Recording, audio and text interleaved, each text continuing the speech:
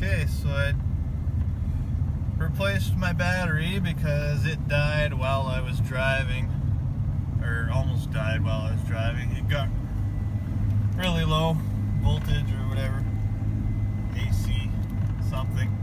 Anyway, I could barely accelerate off of a stop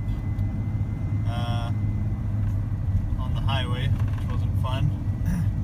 And then all of my lights went dim on my dash here. The battery light was on already, but then my other lights were coming on too, and I couldn't signal because there wasn't enough juice. And my ABS light was on, my parking brake light was on, and it just wasn't good. So I bought a new battery, put it in, and I was able to actually start my truck because I couldn't after letting it sit for 2 days with the old battery in, because I pulled over and parked in a mall parking lot because I didn't want to try and drive it home and get stuck on the bridge or something. So here we are now with, you can see my battery is still running less than normal even with a brand new one in. So I bought an alternator and I'm going to switch it out right now. So as you can see here, I've got the battery terminals off of the battery. Took the belt off of the alternator already using this tension releaser. You just gotta stick a wrench into that square hole and give it a good tug until the wheel loosens off like that.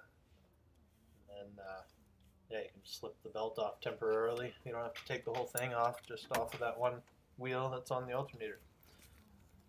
And this is the new one. So when you get it, just make sure it's got the right amount of grooves. And just check everything out. Make sure it's exactly the same as the old one, as far as you can tell before you take it out. Took the electrical wires out. There's 6 grooves here, same as the old one, so it looks like I've got the right one.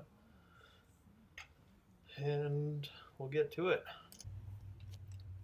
So there's only a couple of mounting bolts on this truck, so I'm just loosening off the first one. Second one's just down below right here.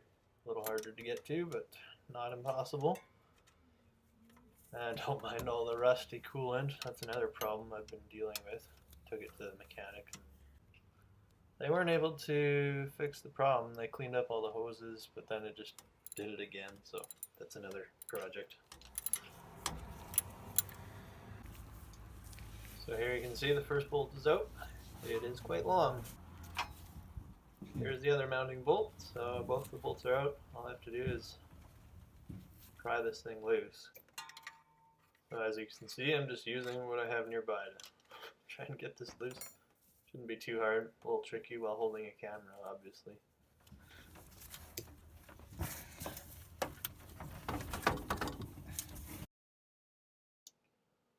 Okay, so on the back of the alternator, there's a little nut and bolt that holds the other end of the battery terminal wire onto it. So just going to use a 10mm socket and take that off.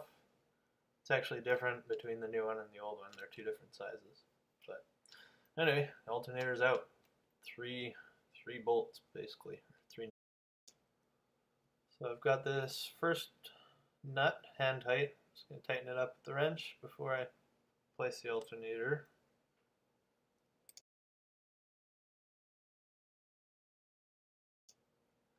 Okay, so the first bolt is in. Now I'm just putting in the other one. And don't forget to tighten up your bolts with your socket wrench. And you just need to plug in the 2 plastic electrical ends. And then get ready to put on the belt. Just double check, make sure your electrical ends are plugged in all the way. This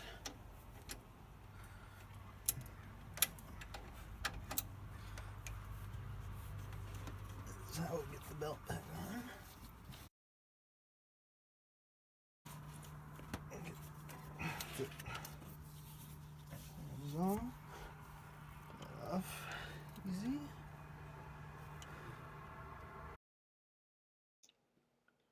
So of course we need the battery terminals hooked back up. So just throw these on and tighten them up quick here.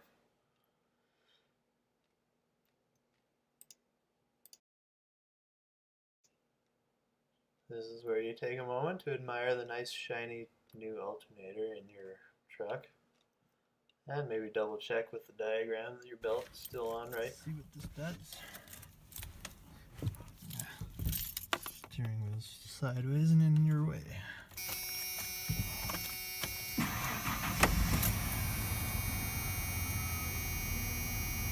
Oh, battery's coming up to normal. That's better than before. Battery light is no longer on. Looks like this was a success. Alright, thanks for tuning in. Hope this was helpful.